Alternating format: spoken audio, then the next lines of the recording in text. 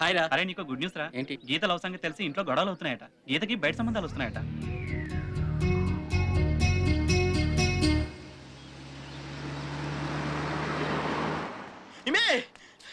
నన్ను కొడతానికి ఎవరో పొరుగు నుంచి కార్లు వేసుకొచ్చేస్తున్నారు. నా గురించి అడిగితే నేను చచ్చిపోయినా చెప్తున్నాను. బతికిందా తెలదే ముందు అడుగుతా ఉంటే చెప్పడానికి అసలు టైం ఇవ్వట్లేదే. కొట్టే గడుగుతా ఉంటే అసలు ఒప్పుకుంటలేదే. నన్ను కాపాడవే. వచ్చేస్తారు బాబాయ్. దొంగ సచ్చినోడా.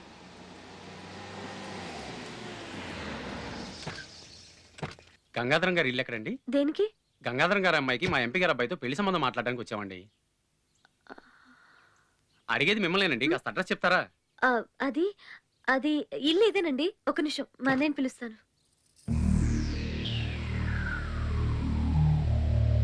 ఇదే సార్ ఇల్లు. ఇల్లు ఇదే అన్నట్టు దిగిరండి రా. సెట్ చేయడం కష్టం కానీ చీర కొడతాను సేపే. చూడు ఎలా రెచ్చిపోతాను. ఆగండి.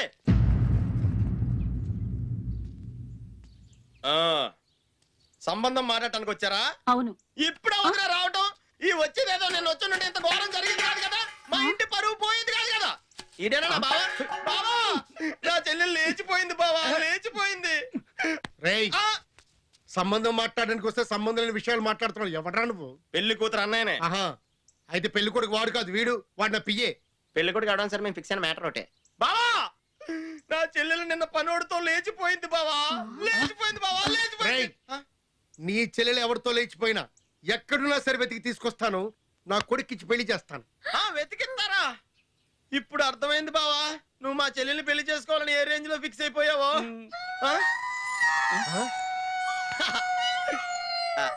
ఒక్క నిమిషమే.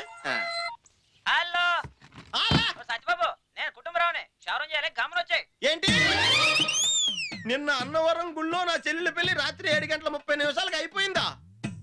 అర్ధరాత్రి 12 గంటలకు శోభనం కూడా జరిగిపోయిందా? ఫోన్ పెట్టా. మామగారు, ఈ రోజుతో నా చెల్లెలు చచ్చిపోయింది. అది ఇంటికి రావడానికి వీల్లేదు, మీరు దాన్ని నెట్టడానికి వీల్లేదు. బావా నీకు బామతినయ్యే అదృష్టం ఆ పాపిస్తుంది నాకు దక్కించలేదు బావా, దక్కించలేదు బావా. అయినా పర్లేదు మామగారు, నా చెల్లెల్ని మీ కొడుక్కిచ్చి పెళ్లి చేసి మీ ఇంటి కోడలుగా తీసుకెళ్దామని వచ్చారు. మీ కూతురుంటే చెప్పండి, మీ ఇంటికి నేను అల్లుండి అవుతా. అయిపోయి ఒక్క దెబ్బకి శాలరీలు మారిపోయినా ఏంటి? ఎవరు వాళ్ళు? మీ చెల్లెలు గీతకి పెళ్లి సంబంధం మాట్లాడడానికి వచ్చిన బావా. ఎవరు చెప్పారో ఏం చెప్పారో, మీ చెల్లెలు పనోడు మనోడితో లేచిపోయిందని తెలిసి వచ్చిన సంబంధం తిరిగి వెళ్ళిపోతుంటే మా అన్నయ్య కాళ్ళ వెళ్ళ పడి వాళ్ళని బతిమాలు. అర్థమైంది చెల్లెమ్మ, నాకు బాగా అర్థమైంది. బావా నువ్వేం కంగారు పడకు. నీ చెల్లెలికి వచ్చిన సంబంధం నా భుజాల మీద వేసుకుని మరి వెనక్కి తీసుకొస్తాను. పెళ్లి బ్రోంజల్ గ్రాండ్ గా పెడతామే. వాళ్ళెవరు? ఈ ఊర్లో పెద్ద భూస్వాములండి. వాళ్ళకు చెల్లి ఉందిలేండి. ఎవరి సంబంధం చుట్టానికి వచ్చినా మా చెల్లి గురించి చెప్పామని అడుగుతూ ఉంటారు. ఇంత ఆస్తుండే అమ్మాయికి ఇంతవరకు ఎందుకు పెళ్లి కాలేదు? డబ్బు సంచులున్నాయండి, కానీ గర్భ సంచే లేదండి. మీరు రాయేస్తారేటి? చూసావా బాబా, మీ చెల్లెలి పెళ్లి కోసం నేను ఎన్ని దెబ్బలు తింటున్నాను. అయినా పర్లేదు, దెబ్బకి నాలో పట్టుదల పెరిగిపోతుంది. ఇంకోసారి ట్రై చేస్తాను. ఏమే సార్, మీరు నన్ను కొట్టినా పర్వాలేదు. మా ఊరు వచ్చిన లుట్టు చేతితో పంపడం మా ఆచారం కాదండి. మీ కొడుకు ఎలాగైనా సరే ఇంటర్వ్యూ అవ్వాల్సిందే.